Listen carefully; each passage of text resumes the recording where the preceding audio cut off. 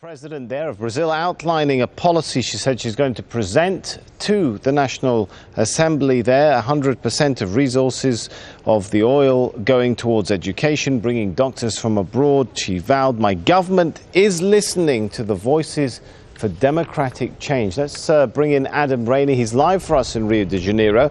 So, Adam, did people hear what they wanted from the president there? Well, it was a short speech, but it was packed with a lot of specifics that a lot of these people in these protests have been saying they want to hear.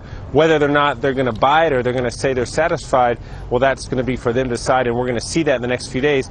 But it's pretty clear she's saying a couple of key things. First, that she fully respects and calls for people to protest in a peaceful way, and she says that's what her generation fought for when they were under a military dictatorship. She made a point of pointing out that many, like her, she herself was imprisoned and tortured during that period.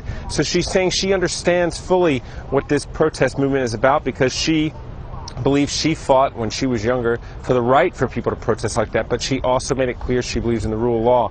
But she got very specific. It was interesting to see that she mentioned she was going to call on all the mayors and the governors of the leading states and cities to have a plan of transport and urban renewal, and also to bring in thousands of doctors, she said, from abroad to try to fix a creaking medical system. So it was a fully packed speech with a lot of specifics, but she began saying she respects the right for protesters, but says they have to do it without any violence, and she ended on that too. So it's clear that's her key message. We're listening to you, but we are not going to take any sense of violence without having security forces try to bring that down and control that violence. So it's pretty interesting. We'll be curious to see in the coming days. There's a protest planned here in Rio on Sunday. There's one planned in the north of the country in Salvador on Saturday. So we're going to be seeing if these protests change in tenor and if the security forces change their stance as well.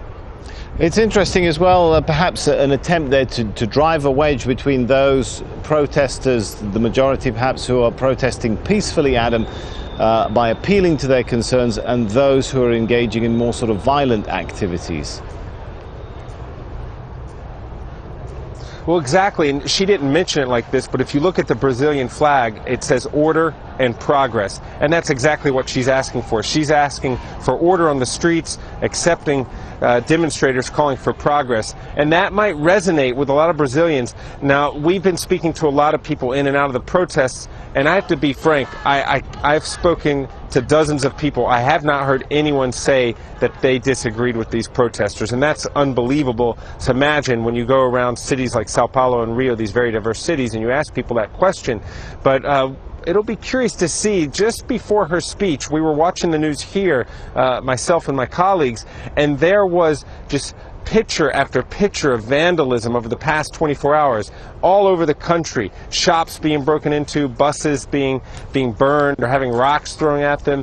Perhaps in each individual city it was quite small scale, but when you add it up, you have a country in which there's mainly peaceful protests, but there's a lot of vandalism going on. It'll be curious to see what this speech, what impact it has on people who aren't taking part in it, but that are being exposed to this news and seeing more and more signs of vandalism in recent days, if they'll start to perhaps not be such supporters of this movement after all.